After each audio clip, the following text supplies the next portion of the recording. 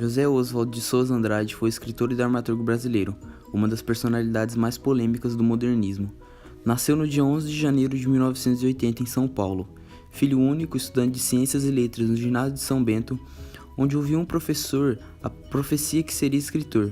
Após esse fato, passou a se interessar por livros e começar a escrever. Em 1909, o Diário Popular publicou seu primeiro artigo, penando uma reportagem da excursão do presidente Afonso Pena aos estados do Paraná e Santa Catarina. Em 1911, fundou a revista semanal O Pirralho. Era digitada por Oswald, juntamente com Alcântara Machado e João de Bananelli. Tinha como um dos colaboradores o pintor Di Cavalcanti. Em 1917, sua revista é fechada, e no mesmo ano defendeu Anita Malfatti das críticas de Monteiro Lobato em sua coluna no Jornal do Comércio. Em 1919, formou-se em Direito pela Faculdade de São Paulo e foi orador do Centro Acadêmico 11 de Agosto, mas não advogou. Optou por continuar no caminho do jornalismo e tornou-se o principal divulgador da renovação literária no Brasil. Exerceu um importante papel na Semana da Arte Moderna de 1922 e nos anos da afirmação modernista, em 1922, fez sua segunda viagem à Europa e em Paris, na Sorbonne, preferiu a conferência O Esforço Intelectual do Brasil Contemporâneo. Em 18 de março de 1924, lançou um dos mais importantes manifestos do modernismo, o Manifesto Pau-Brasil, publicado no Correio da Manhã. Em 1925, lançou o livro de poemas Pau-Brasil, que colocava em prática os princípios propostos do manifesto. Depois de casar-se diversas vezes e por não acabar dando certo, Oswald casasse em 1944 com Maria Antonieta de Alckmin, com que teve 2 filhas e permaneceu até o fim de sua vida. Faleceu em São Paulo no dia 22 de outubro de 1954.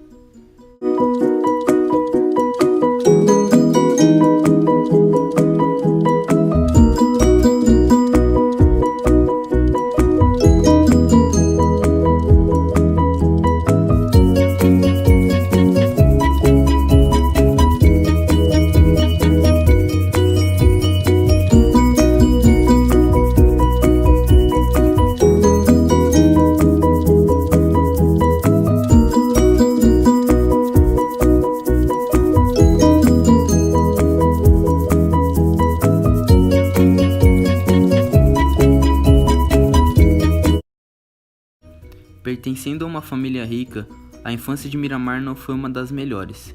Ela acaba sendo marcada pelo falecimento de seu pai. Fazendo parte de uma família burguesa e religiosa, ele foi criado sob influência da mãe, que era extremamente religiosa. Iniciou seus estudos em uma escola comum e depois virá fazer parte de uma escola somente para garotos. Foi morar então com Monsieur Vallet, pai de Madô, por quem teve uma paixão adolescente. No dia em que ele se resolve se declarar para Madô, o pai da mesma vem a falecer, deixando sua filha órfã e ele sem o seu amor. Conheceu também José Chilenini e se tornaram grandes amigos. Depois de um tempo da morte de Monsieur Vallet, passa a morar então com tia Gabriela. Logo após isso, se despede de seu amigo Chilenini, que iria seguir o seu próprio caminho, e Miramar também segue o seu caminho, viajando pela Europa, afirmando uma viagem de crescimento psicológico. Tendo a sua viagem de crescimento psicológico interrompido por um telegrama propondo que ele voltasse para o Brasil, e após o seu retorno, ele descobre que sua mãe faleceu, assim então se tornando completamente órfão. Com a morte da sua mãe, ele recebe uma alta herança e com isso, começa a ter relações e casa-se com prima Célia. Era uma estratégia para manter as finanças da família. Célia então, sendo de família pobre, não se conforma que João não tinha uma profissão à altura de seu status. De uma profissão melhor, esse emprego não vai te levar a lugar nenhum. Ao retornar para São Paulo, sua esposa Célia engravida e dá à luz a sua filha Céliazinha. Nessa época, Miramar faz uma viagem para retornar aos primórdios da família. Lá nas terras onde seu pai foi criado, ele conhece Mademoiselle Rula, que futuramente viria a se tornar sua amante. Ele acaba então sendo influenciado por ela para investir suas finanças para ser um produtor cinematográfico. Por que você não aproveita a herança que você recebeu e invista elas na indústria cinematográfica? Boa ideia. Célia então passa a ter desconfianças de que seu marido está traindo, devido a uma carta anônima que recebeu sobre isso. Você tá me traindo? Claro que não.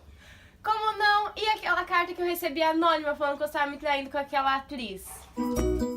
Perante esses conflitos e desconfianças, resolvem então se separarem, assim assinando o divórcio. Não dá mais. Com tudo isso, não só a sua vida amorosa ia de mal a pior, como seus negócios também não vão nada bem. Com tudo isso acontecendo, ele acaba indo à falência, e logo depois é largado por sua amante. Passando por muitas dificuldades financeiras, ele então vai trabalhar em um jornal, e logo depois morre Célia, e ele vive a passar com sua filha Celiazinha, que agora está rica.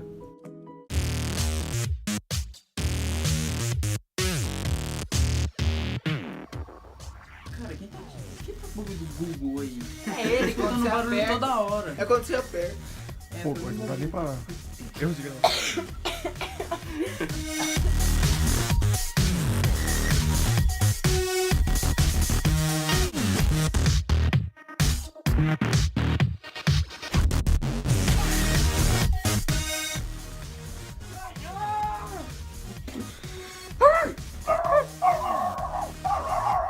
Gente, eu não sou de memória, filho da puta. Ué, nós precisamos de